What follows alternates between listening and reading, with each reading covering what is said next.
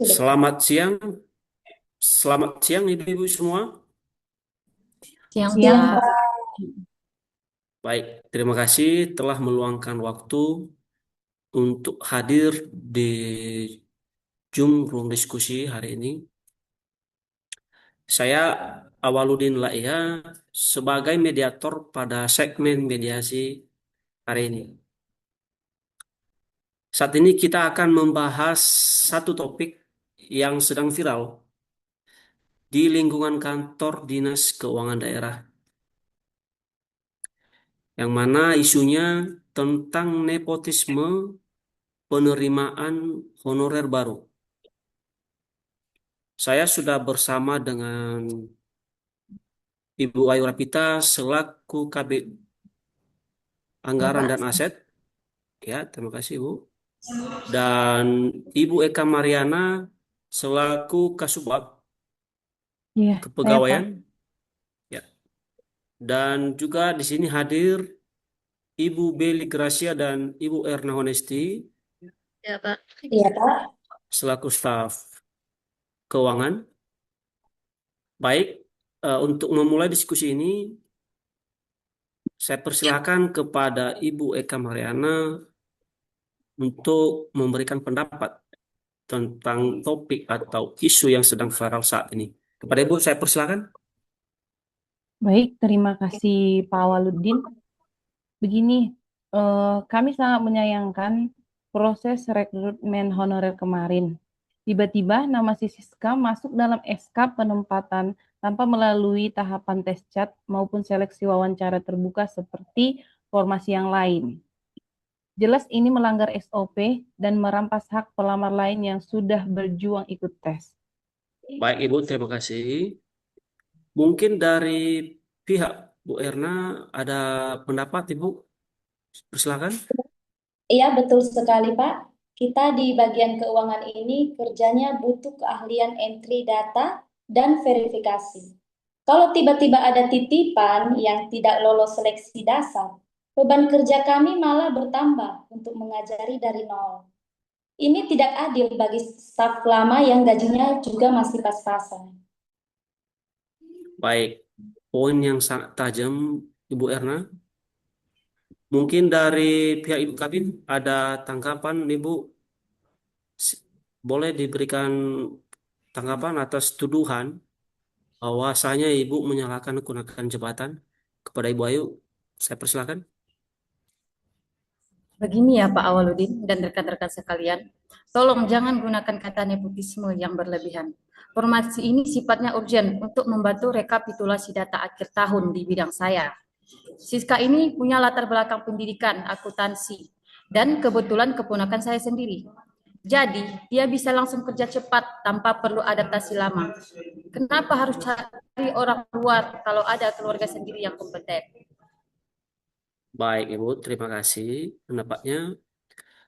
Barangkali kita bisa dengar pendapat dari sisi staf. Mungkin kepada Ibu Beli Gracia ada pendapat, Ibu. Saya persilahkan. Ya, saya setuju dengan Ibu Kabit.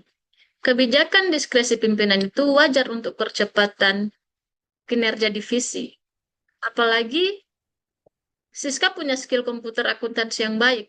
Dia rajin dan siap kerja lembur, tanpa banyak menuntut. Ini murni soal kebutuhan teknis pekerjaan saja. Ini bukan hanya soal itu ya, Bu. Ini juga soal tata kelola pemerintahan yang baik. Kalau dibiarkan, semua kepala bidang nanti seenaknya memasukkan anak, keponakan ataupun kerabatnya tanpa tes. Kantor ini bukan milik keluarga, ada aturan mainnya, Bu. Tepat sekali, Bu Erna. Masalahnya bukan soal Siska bisa kerja atau tidak, tapi tindakan ini bila dibenarkan akan menjadi kebiasaan dan pembenaran untuk melakukan hal yang serupa di masa depan.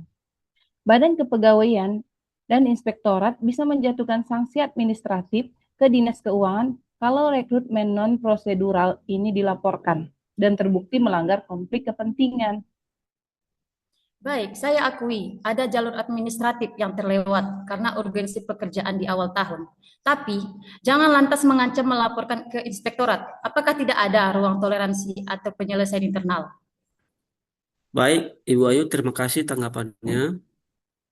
Saya lihat keadaan sudah mulai panas. Mari kita tarik satu kesimpulan objektif. Ibu Ayu sudah mengakui adanya celah prosedur dan rekan-rekan keberatan karena asas keadilan serta tata kelola. Saya tawarkan opsi win-win solution. Yang pertama, Siska boleh bekerja, namun tetap menjadi tenaga magang atau tenaga harian lepas selama 3 bulan sambil menunggu rekrutmen resmi dibuka. Yang kedua, Siska juga harus mendaftar ulang dan mengikuti tes bersama pelamar lainnya nanti. Bagaimana tanggapan ibu-ibu yang lain? Saya setuju dengan tawaran Pak Waludin. Siska bisa magang dulu dengan intensif harian.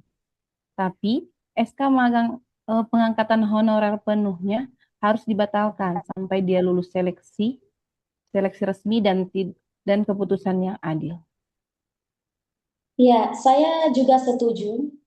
Asalkan asas transparan dan akuntabel tetap ditegakkan. Kami siap membimbing Siska bekerja sama di bidang keuangan.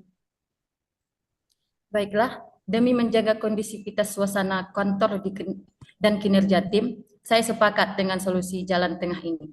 Siska akan berstatus magang dan wajib ikut tes gelombang selanjutnya. Baik, ibu-ibu semua, terima kasih atas saran dan pendapat yang telah disampaikan. Masalah saya rasa telah selesai dengan kepala dingin, kode etik dan profesionalisme tetap terjaga tanpa harus mengorbankan ikatan keluarga. Terima kasih, ibu-ibu sekalian.